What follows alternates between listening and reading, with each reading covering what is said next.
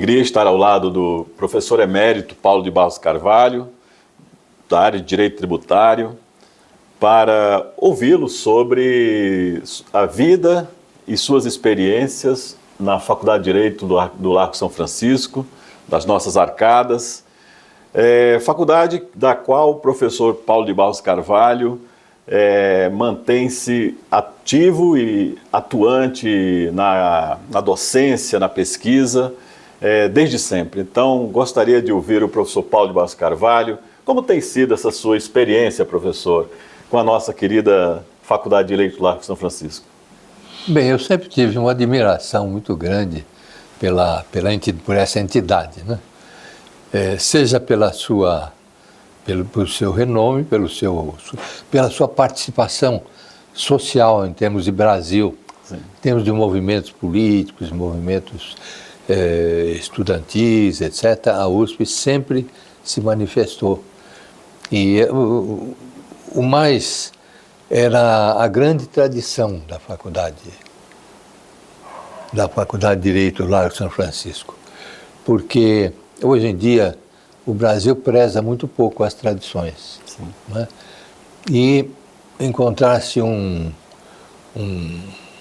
uma célula que cuide, que alimente as suas tradições, que mantenha presente aquele espírito, que faça todas essas manifestações em termos de prestigiar o seu passado, o seu próprio passado, suas próprias conquistas. Então, eu sempre tive essa admiração. Agora, eu não estudei pela PUC, pela USP, no bacharelado. Eu vim da PUC, fiz carreira na Pontifícia Universidade Católica de São Paulo. Fiz toda a carreira, todos os concursos e cheguei a professor titular, né? Até que um dia, nosso amigo Geraldo Ataliba disse: o professor Alcide Jorge Costa vai se aposentar, né? E vai se abrir a vaga para professor titular da São Francisco. Eu disse: mas professor Geraldo, eu já sou titular aqui, tem que fazer uma pesquisa, uma tese. Eu ficaria muito honrado de ocupar essa vaga, mas seria um novo empreendimento cultural, teria que mudar um pouco a minha vida. Ele diz: não, pensa nisso e me dá a resposta esses dias, né? Aí eu pensei, mas eu pensei em Brasília, porque eu tinha um compromisso lá no Ministério da Fazenda e lá me encontrei, fui jantar com o Eros Roberto Grau, que veio também de outra faculdade, Mackenzie, e se tornou titular lá na USP. E ele colocou em termos mais definitivos, né? Ele disse: Paulo, você tem que fazer esse concurso, porque é a hora, chegou a sua hora, e você está recebendo uma convocação, né? E com o Ataliba e o Eros, dois influenciadores poderosos, né? Eu não tive por onde. Mas aí comecei a preparar a tese, comecei a preparar o trabalho e acontecia o seguinte: a USP e a PUC tiveram um atrito entre professores de uma e de outras. Como os professores eram líderes, né? Esse atrito ganhou certas dimensões, assim, e a USP não convidava, por exemplo, professores da PUC, a PUC também não convidava. O clima estava estremecido, não entre todos os professores, mas entre 2 ou 3 professores de cada uma das faculdades. E a uma dessas faculdades, a PUC, eu era amicíssimo do reitor, né? Então, eu fui falar com ele e ele disse, não, você faça o que achar que deve fazer, não há problema nenhum por parte da PUC. Falei com o professor Rui Barbosa Nogueira, que tinha sido muito amigo do meu pai, e o professor Rui Barbosa Nogueira esteve na PUC e quando abriu o concurso ele fez as provas e obteve o título na USP. E ele disse, olha Paulo, aqui de nossa parte não há problema, você será bem-vindo se naturalmente for aprovado e vencer esse obstáculo. Fui falar com o professor Manuel Gonçalves Ferreira Filho, Maneco, que tinha sido meu professor de introdução à ciência do direito na PUC. Ele disse, olha, Paulo, eu não gosto de tais ou quais professores, mas eu não tenho nada contra a instituição. Né? De minha parte, eu também darei todo o apoio a você no seu empreendimento cultural, etc. Se sinta à vontade. E gostaria muito que você fosse aprovado. Entendeu? Eu fui conversando, preparando o ambiente político, porque eu tinha receio que esse atrito que houve, que durou uns 5 anos ou coisa parecida, viesse a atrapalhar esse ingresso, né? Falando com outros professores, eu vi que não haveria restrição nenhuma. E então me candidatei em 1997. E preparei uma tese com muito carinho, porque soube que eles iam convidar para a banca examinadora o professor Lorival Villanova, como de fato convidaram, que era digamos assim, um ícone para mim, né? E para o professor Heleno também. Né? Mas vi que não seria uma banca também hostil.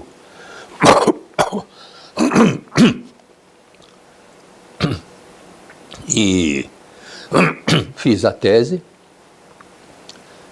e me apresentei lá para fazer o concurso. Foi tudo bem, eu fui aprovado e ingressei na USP. Fiquei lecionando nas duas, como eu estou até hoje. Né? Eu entrei na PUC em 53 e hoje na USP em 97. E agora estamos em 2025.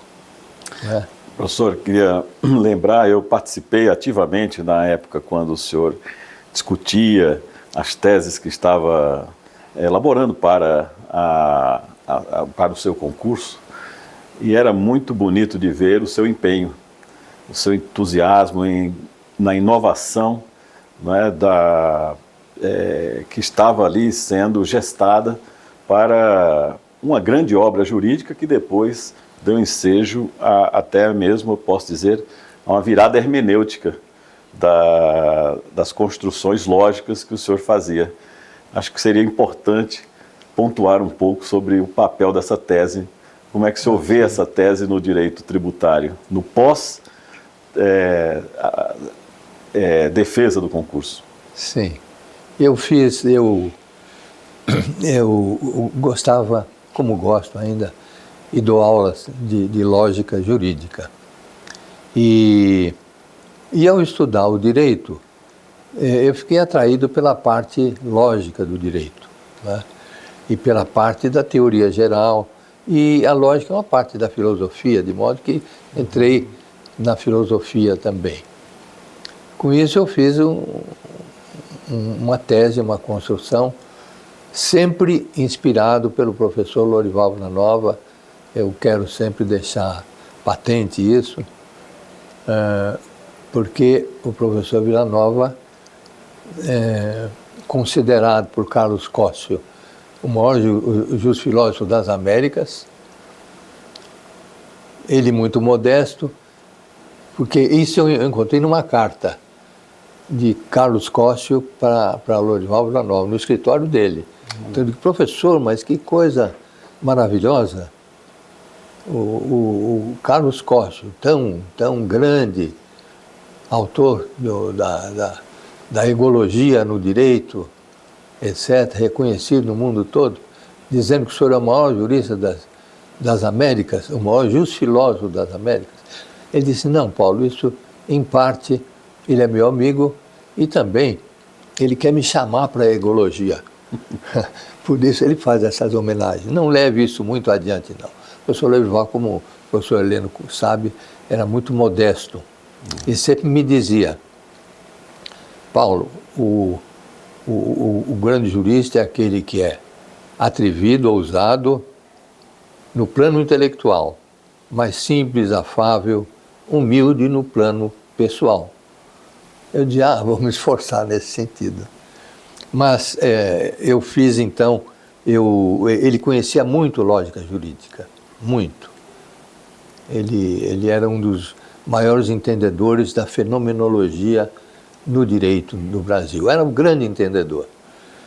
E eu então entrei nessa linha de conjugar a filosofia do direito com a teoria geral do direito, com a lógica jurídica e aplicar tudo isso ao direito tributário, entendendo que não há diferença entre a teoria e a prática. O que existe é o conhecimento do objeto. Ou se conhece o objeto ou não se conhece o objeto, como disse Pontes de Miranda, né? E o professor Lorival até dizia isso de uma forma diferente.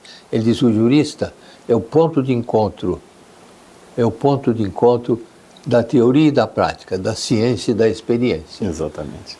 Porque de nada serve, dizia ele, uma grande teoria se ela não pode servir em nada para resolver problemas da prática, da praxis. E então eu desenvolvi e expus no meu trabalho da USP, já vinha todo ele estruturado nesses termos, e o professor Lorival Villanova fez parte da banca, não deixou de fazer perguntas difíceis. Não era por termos uma relação de proximidade que ele deixou de fazer perguntas difíceis.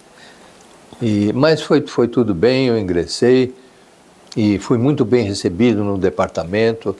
O departamento fez uma reunião de recepção e eu me dei muito bem com os alunos. Tive uma experiência agradabilíssima na USP. É pena que o tempo de aposentadoria foi rápido. Cortou isso, mas... Mas o senhor foi tempo suficiente para o senhor formar um grande orgulho franciscano. Eu tenho muito forte esse orgulho franciscano e vejo também em tudo que o senhor fala e escreve pela faculdade. O meu ingresso na USP acendeu em mim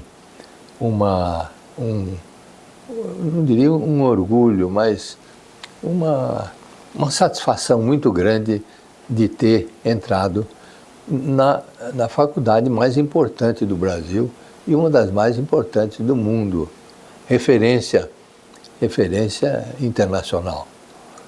E eu entrava sempre com muito orgulho, com muita curiosidade, parava na frente daqueles quadros dos grandes juristas, e aquele ambiente realmente é muito forte, né? Começando pela sala das teses, né? E depois em todos os momentos, e a postura dos professores é uma postura diferente, de certo modo, né? E dos alunos também, o número de alunos que vão de gravata, né? Também. Eles têm uma postura respeitosa, assim, com todos, né? E isso me agradou muito.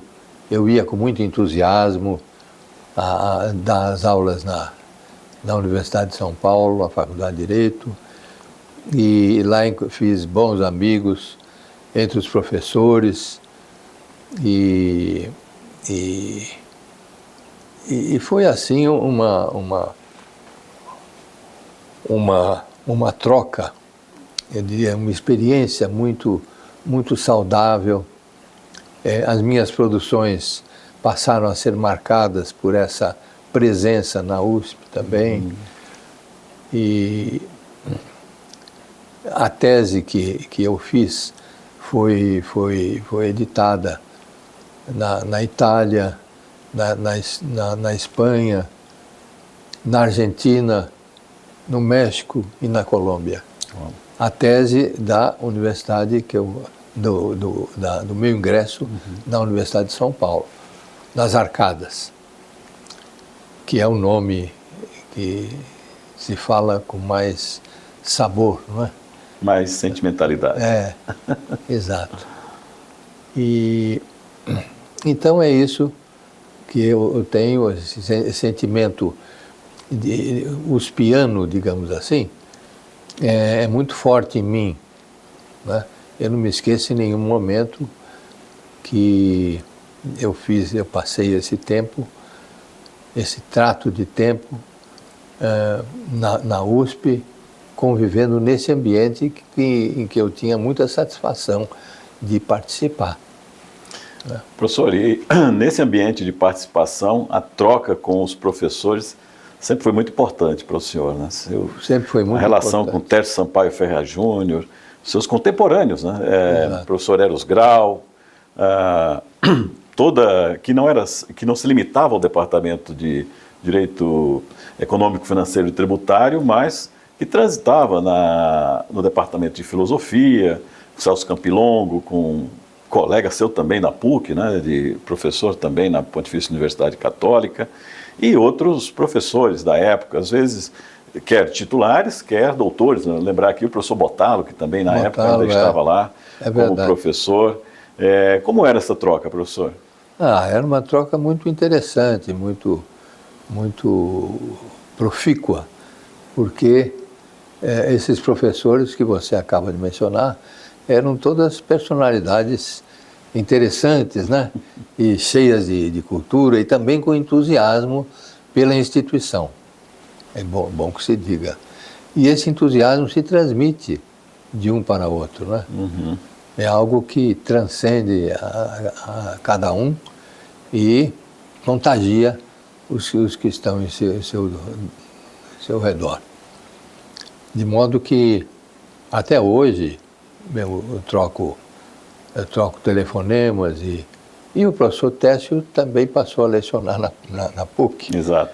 De modo que, quer dizer, ele já lecionava, ele continuou lecionando e nós conversamos muito, discutimos muito, e ele é um nome que está presente na minha obra. A obra dele